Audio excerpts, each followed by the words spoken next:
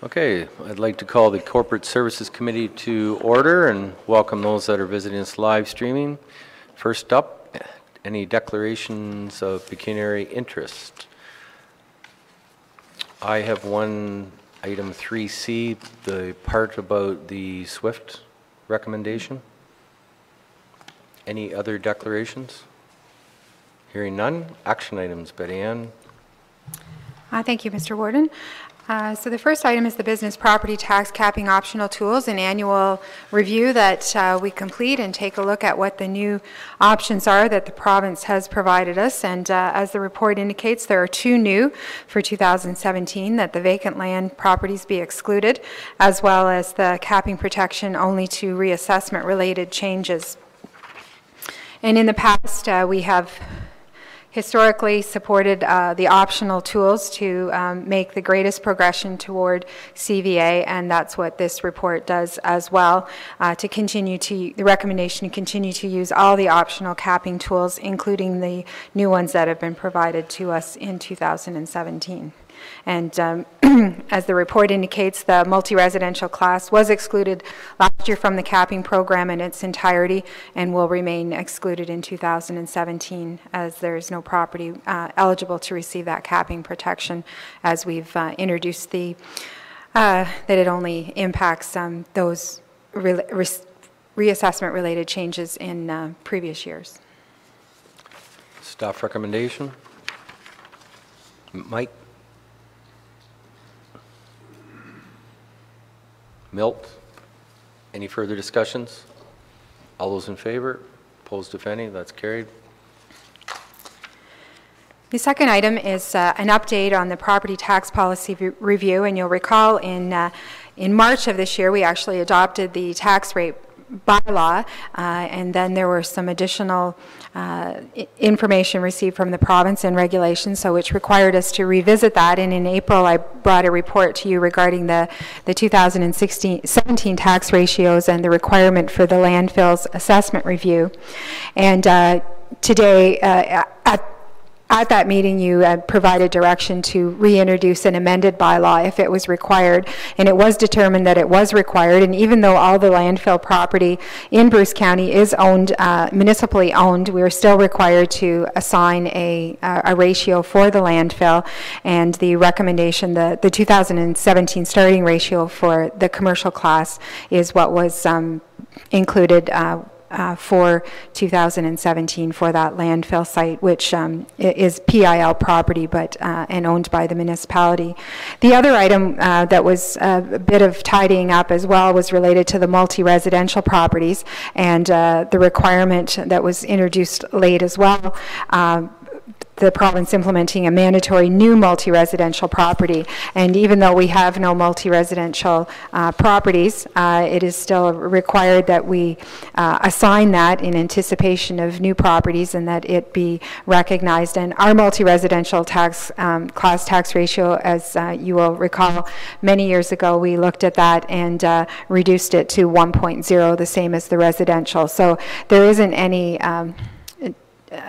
requirement to determine what that is. It will equal the multi-residential, and it is now reflected in the tax bylaw as well at 1.0.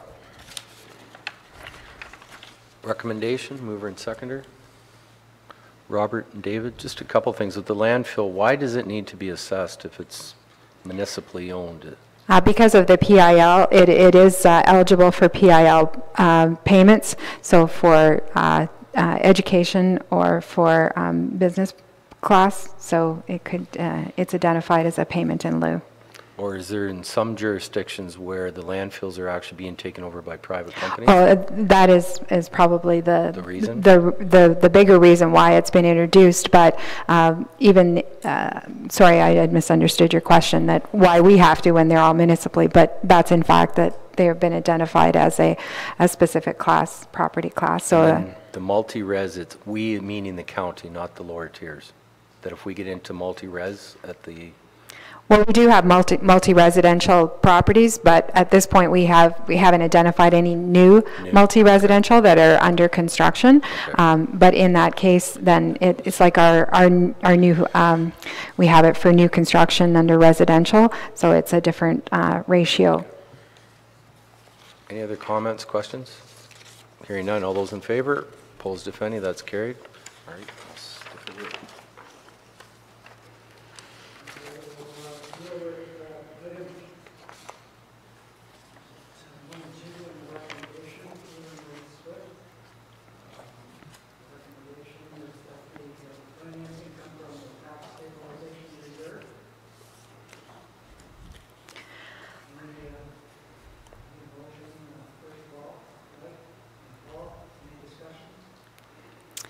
If I could, Mr. Chair, just to add a little bit of detail from the writing of the report. This report is really providing you, for two things, is providing you the information and the activity in the tax stabilization reserve and identifying what the balance was at year end with the transfer of the surplus.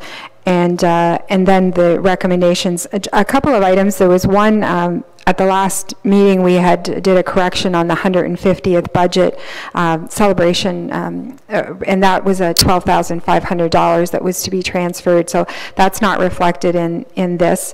As well, you will recall that the human resources, the evaluation software, and the consultant, that expenditure was an estimate plus expenses. So that is a bit of a floating number. That was the number that was included. So that's what we've included in here, but it may be less or greater than that because it was a recommendation as an estimate.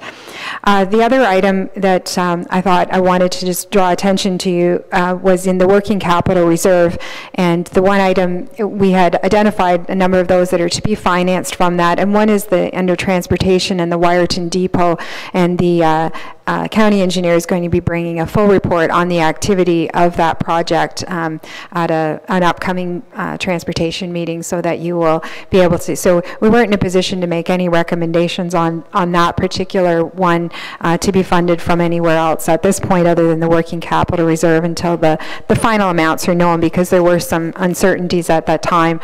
And so that would be a full report that would be brought forward. So the recommendations, of course, is as it outlines the activity that have items that have been approved as part of the 2017 budget. Of course, to offset the levy, as well as the Wingham Hospital campaign, the Bruce Brand implementation, the administration center, the remainder of the SWIFT. Because as you'll recall, we had one payment established for that purpose.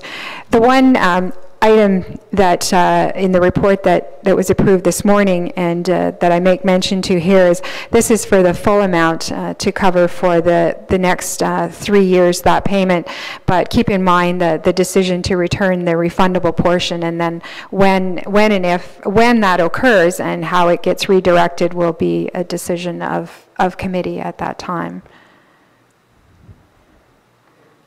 Thank you, Betty Ann. Are there questions? Paul? Well, I guess I think Betty Ann alluded to it, but so is the recommendation that we're actually paying 2018 and 2019 SWIFT payments now, Betty Ann, at 344? I know. We would be taking the money from the tax stabilization and reserving it so that they would be available and they wouldn't hit the levy and the tax rate in 18 and 19. Any further questions? Seeing none, all those in favor? Opposed? Motion is carried.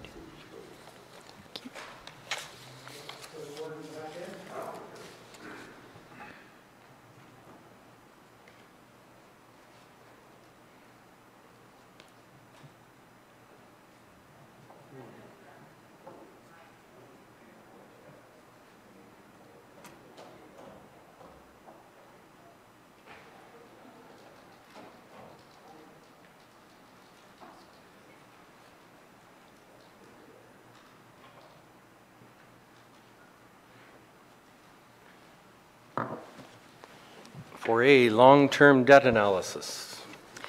These next few items are are for information purposes, but I just wanted to remind, last year when I brought this report, it was suggested that, particularly with our social housing, did we have opportunities that we could go back and refinance them at a lower rate, and Director McDonald had brought that report to Social Services Committee at February 2nd, just outlining that because they are municipally owned housing stock, that we are not eligible for prepayment options and to be able to refinance. So fortunately, in review of them, there are certainly a variety of interest rates, and for the most part, a fairly reasonable interest rate for some of the larger ones, anywhere from 1% to there is a 5%. So, but overall, certainly the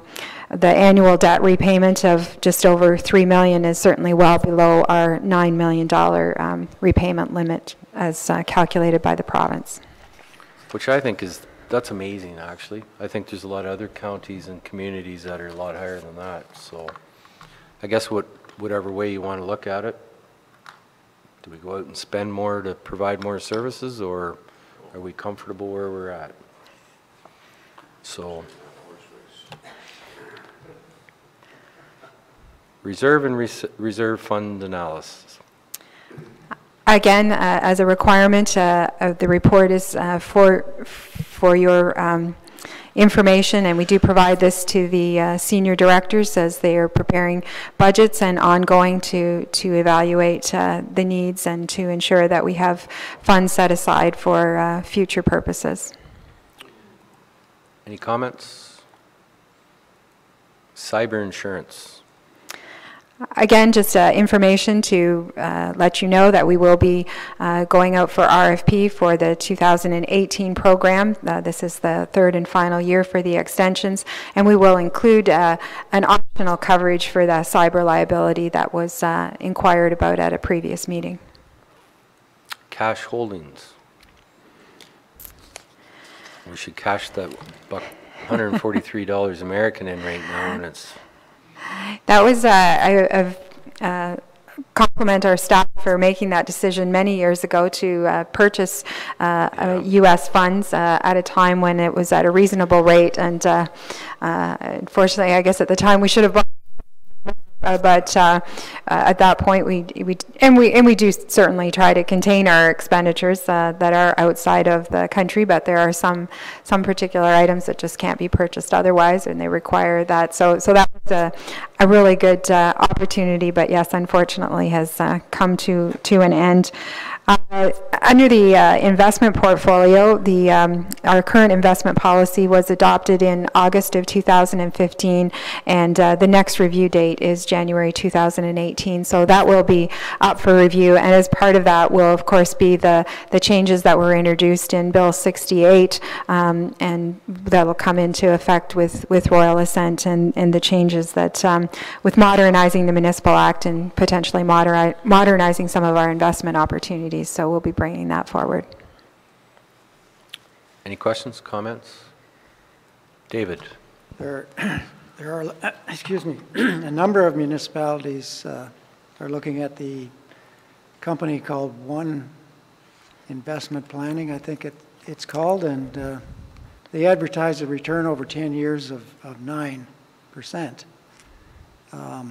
Short term, not so good, but long term, excellent.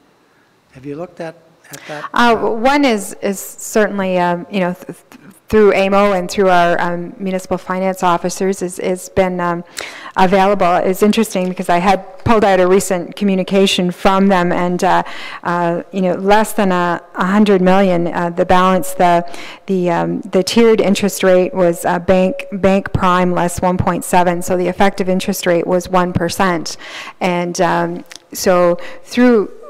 We've certainly kept it on the radar, but we have found that just with our own arrangements through our local bank, that we've been able to have better investment. Our difficulty is that while we certainly have a lot of reserves, and we're in a very good position, a number of those reserves could be spent at any time. So if we look at our bridge reserves or our construction, and those are, and then we do borrow from our working finance reserve to allow us to do that. So we try to balance that off to say, what, if we're borrowing internally, does that make sense as opposed to investing and then not having those funds available? And what can we invest them at, knowing that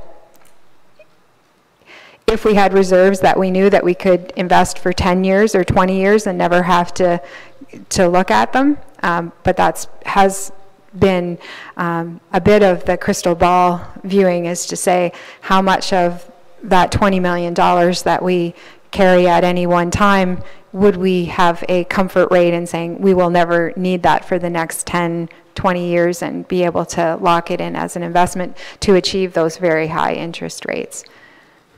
Understand, even those investments that are for the long term, you can pull them out at any time. With the one. You can with the penalty, and then you don't. So you wouldn't maximize on. So you wouldn't achieve that rate, but. I would. But there is a penalty then? I wasn't aware of that. I haven't. That was when we reviewed it. But we have not looked at it recently, so we will have further review of it and report back. Any other comments? Naming of the meeting rooms. That's there for information. I didn't see the McKeever room in there anywhere. I was going to make that suggestion. Yeah. That's better than the I think open for option. Yeah, there's a McKeever room.